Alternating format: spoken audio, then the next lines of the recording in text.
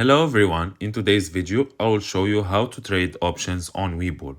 So first thing, open the Webull app and then log in into your account. After that, tap the search icon and search for a stock. For example, Nvidia, then tap on it and open the options section. Now you will see the options chain. Don't worry if it looks confusing. Here's what you need to know. An option is a contract that gives you the right to buy or sell stock at specific price before certain date. There are only two types. Calls, you buy these if you think the price will go up. Puts, you buy these if you think the price will go down. Next, choose an expiration date. This is how long your prediction has to play out.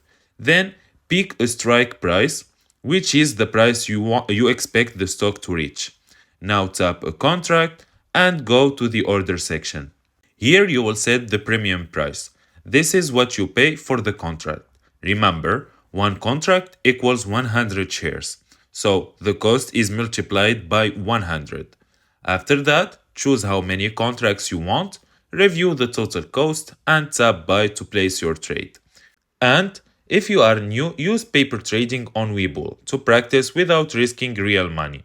And that's it. If you find this video helpful, don't forget to like and subscribe in the channel. Thank you for watching.